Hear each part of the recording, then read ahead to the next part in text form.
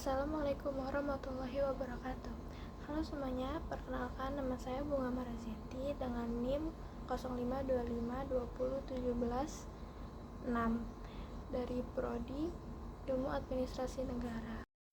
Pernah gak sih kalian dengar cerita orang tua atau guru bilang dulu semua orang wajib ikut penataran Pancasila? Nah, itu bukan mitos guys, itu benar terjadi di Indonesia, terutama di masa pemerintahan Soeharto yang dikenal sebagai era Orde Baru. Waktu itu Indonesia baru saja melewati masa politik yang kacau dan penuh konflik ideologi.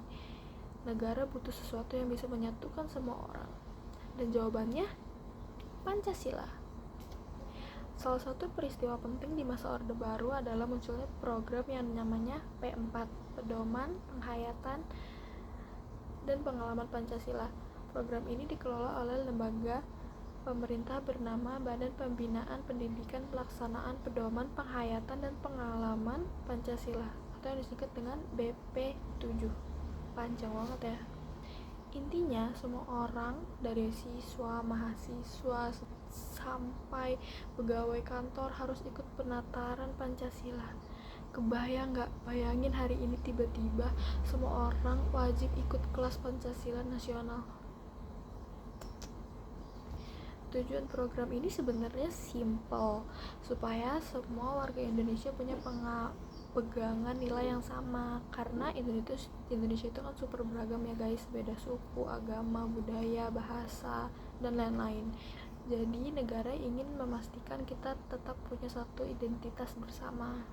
Dari sini kita bisa lihat nilai Pancasila yang paling terasa adalah persatuan Indonesia. Pemerintah waktu itu benar-benar fokus supaya masyarakat gak terpecah lagi seperti sebelumnya. Selain itu ada juga semangat keadilan sosial, pembangunan besar-besaran lagi digencarkan agar kesejahteraan rakyat meningkat. Sejarah juga ngajarin kita sesuatu yang penting. Di masa itu, Pancasila diajarkan sebagai hafalan. Banyak orang yang tahu bunyinya, tapi belum tentu semua orang benar-benar memahami maknanya. Hari ini kita gak perlu lagi ikut penataran wajib, tapi tantangan kita justru beda. Era digital, media sosial bisa bikin kita dekat, tapi juga bisa bikin kita gampang ribut cuma gara-gara beda pendapat. Makanya nilai Pancasila masih relevan banget sampai sekarang. Contohnya, saat kita gak ikut menyebar hoax, itu bentuk dari tanggung jawab guys. Saat kita menghargai perbedaan agama atau pendapat, itu persatuan Indonesia. Saat kita nolak bullying, itu kemanusiaan yang adil dan beradab.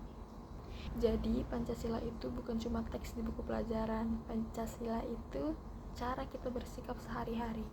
Pelajaran dari Orde Baru jelas, Pancasila pernah dipakai untuk menyatukan bangsa di masa sulit. Sekarang giliran kita menjaga persatuan itu, bukan karena dipaksa, tapi karena kita sadar pentingnya.